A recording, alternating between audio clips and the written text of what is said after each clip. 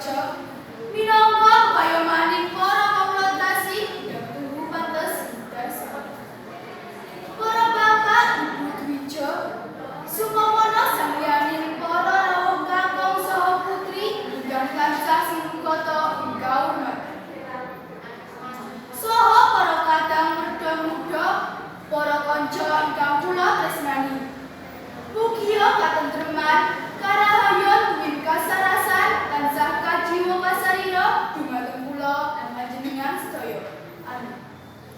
Ngeneti panjenengan sedaya lan kula jejering titah ingkang sampun kapurba kawasesa dening Gusti ingkang Maha Kuwasa.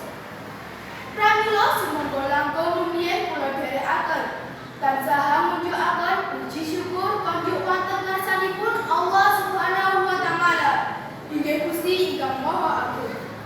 Dene sampun kepareng ngamirahaken kegiatan tuwin kawilujengan. Satemah panjenengan sedaya lan kula ingkang sampun kapurba kawasesa dening Gusti ingkang Maha Kuwasa. Para rawuh ingkang mulya saha prakanca ingkang kula tresnani. Wonten ing mriki kula badhe matur kanthi irah-irahan bahayanipun ngagem narkoba lan obat-obatan ingkang dipun larang. Kita sedaya sampun kathah midhangetaken pawartos saking TV, radio, internet lan sanesipun. Bahayanipun narkoba menika saged ngrusak badan, ganggu kesehatan lan pikiran.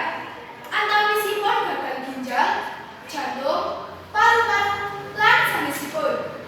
Pikiran boten saged dipunkendhalikaken kanthi sae. Remen ngomong ingkang lantur, tindak tanduk kirang sopan lan sak panunggalipun. Elinga pitutur saka tembang campursari. Aku wis kandha cium marake cilaka. Aku wis matur men sejak omongan lantur. Wis tak kandhani yen kok marake lali. Bajak munjober kakean kakine mentir. Mula wirasran narkoba minangka obat ingkang dipun larang. Sajapesipun boten kepareng dipun saged bebas.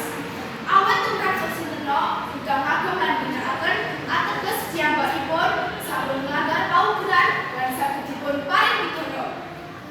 Awit menika kula ngajak dhumateng para warga masyarakat aja sepisan-pisana ginakaken narkoba lan obat-obatan ingkang dipun larang. Kados pundi tata caranipun nabi saking narkoba? Kathah cara nggih ngawukani perkawis menika.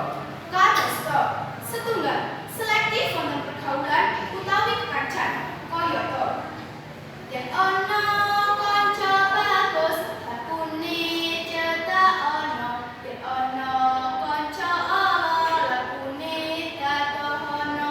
Kaping kalih bentengi diri ngangge ilmu lan agama. Kaping 3 aja pisan coba-coba utawa njajal. Kaping sekawan dadi manungsa paling becik migunani tumrap sesami tumrap agami tuwin nagarin. Para rawuh ingkang minulya saha prakanca ingkang kula tresnani. Kanthi pangentosan ingkang sampun kula aturaken lajeng kalawau paring panuntutan. Saya natudra aja salah cedak lan salah ginakake narkoba.